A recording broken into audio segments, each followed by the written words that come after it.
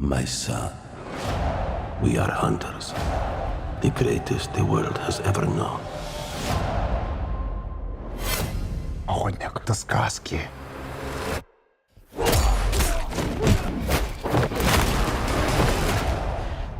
Каждой сказки есть правда.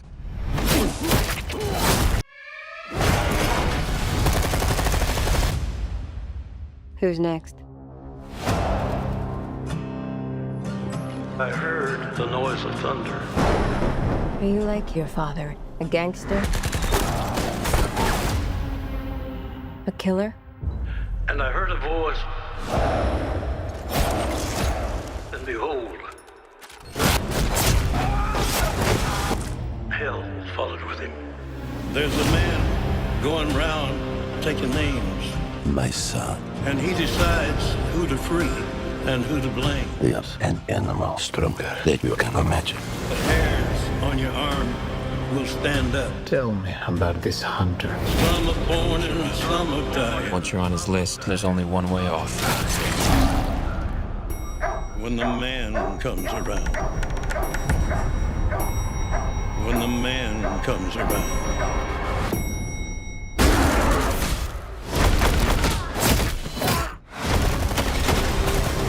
Whoever is unjust, You think you're some kind of honor? Some kind of code? he'll be unjust too. You're just another man Whoever is righteous, hunting for a trophy. let him be righteous still. Just like our father. When the man comes around. When the man comes around. Embrace who you really are, son.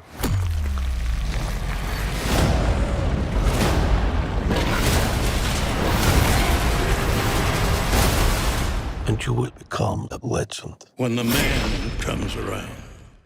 Welcome back. It's Kraven time. That's right. We finally got a new Kraven trailer. It's only been about a year. Like, it has been a minute since we've gotten anything from the Kraven movie. Sony didn't forget about it. Like, they didn't put it on a shelf and just completely forget about it. It's since jumped over Venom: The Last Dance and is now releasing in November. Venom: The Last Dance is releasing a little bit earlier. The way that Sony explained it, the reason why they did that, why they made such a big delay, is so that the director could just polish the movie so that it was more on the level of Venom: The Last Dance. I guess they feel like Venom: The Last Dance is going to be way more banger than the other movies they've released, mostly ... Madam Web. That is right. Sony was so worried about what happened with Madam Web, they didn't want it to be Kraven time, the way it was Webbin time. So we will see if their delays, their efforts did pay off. And even though there is a lot of footage in this trailer, I am 99.9% sure the only thing people are going to be talking about is this version of the Rhino. Like, we get a full-on look at the Rhino, and it is crazy. I will talk more about this later in the video, but I'm a little surprised that this is the way that they're visualizing his actual face. The actual trailer song that they play during this is Johnny Cash's When the Man Comes Around. It was actually one of the last songs that he wrote before he died. It wound up on his last album. It heavily references the book of Revelations, which is all about the biblical reckoning, God's wrath, the four horsemen of death showing up. In the trailer, they're using it as a metaphor for Kraven being that horseman of death, going around killing all the people that it seems like are part of his father's organization. They're kind of doing the same thing with Kraven that they did with the Venom character, turning him into more of an anti-hero. His father from the comics is played by Russell Crowe, so within the context of the movie, he was born into this lifestyle of the hunt. And when we talk about the Horsemen of Death, because we're talking about the Marvel Universe, fun coincidence, during X-Men 97 Season 2, the Horsemen of Death is essentially going to be Gambit, the returned Gambit, because at the end of Season 1, they basically teased that Apocalypse was going to resurrect him as his Horseman of Death. How you like them apples? Things looking really good for Gambit the last couple of years between X-Men 97 and Channing Tatum's version of Gambit during Deadpool and Wolverine. I'm about to make a name for myself here. And I'm about to make a name for myself here.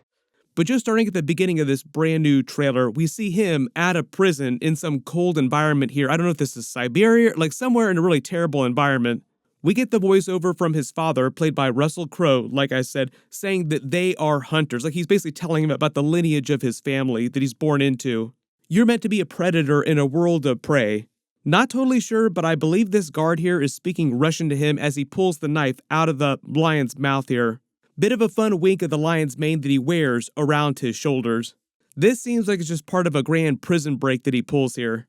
He's got some mad fighting skills. It seems like he has some low-level superpowers. The way they explained this in the last trailer, it's almost like he got his own version of a spider bite, but from lion's blood.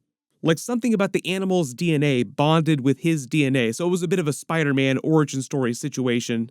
He does have a measure of enhanced strength, speed, regeneration, agility. If you couldn't tell from the brutal takedown here, it is meant to be a rated R movie. Kind of a bummer that Venom: The Last Dance was not also rated R, really hoping for like a rated R Venom movie. He rips his way out of prison, which I now do think is in Siberia.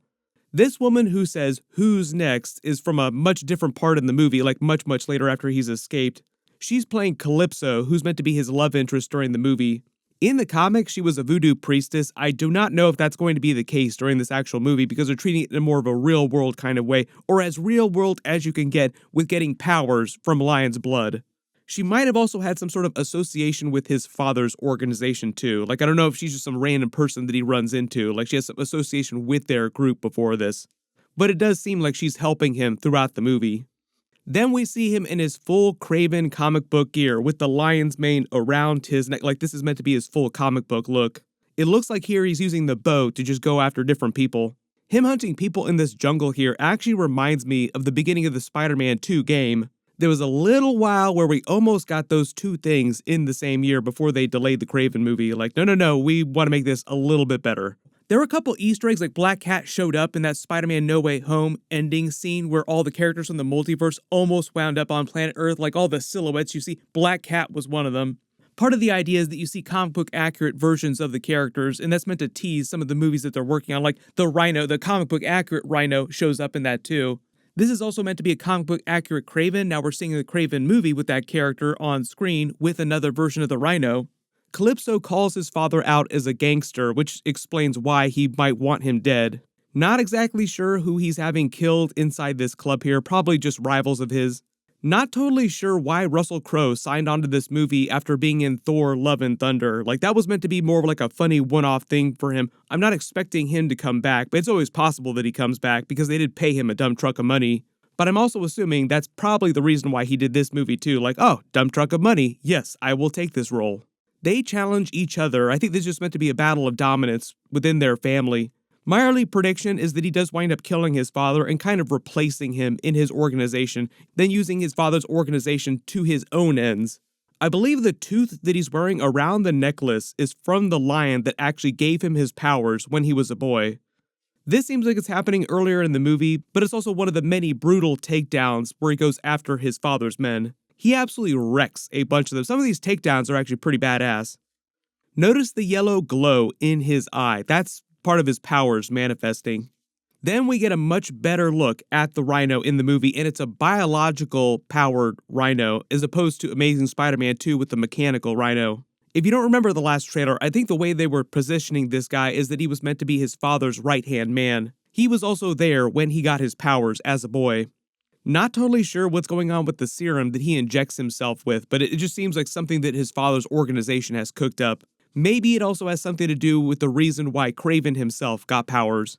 When he says, "Tell me about this hunter," quote unquote, it seems like there's a portion of the movie where they don't actually know that it's Kraven who's coming after his father's organization. Like, oh, wait a minute, the call is coming from inside the room. It's also not totally clear why he was in that Russian prison either. Love the Daredevil-style hallway fight scene, but with Kraven powers. Speaking of which, I just did a Daredevil Born Again trailer video from D23. It looks amazing. And Charlie Cox said they're going to have one of the craziest Wonder fight scenes that you've ever seen during that. These are more scenes of him escaping from that Russian prison from earlier in the trailer, just running across this snowy landscape. The person questioning if he has honor, if he has some kind of code that he's following here where he's going after all these people, I think is meant to be his brother, aka the Chameleon from the comics. I don't know if he's going to have any kind of chameleon abilities during the actual movie though. When he challenges Kraven, saying that you're just another man searching for more trophies, he's basically trying to say that you're just like our father, like you're no better than our father. You're going after all these people, you're killing all these people just because you enjoy it.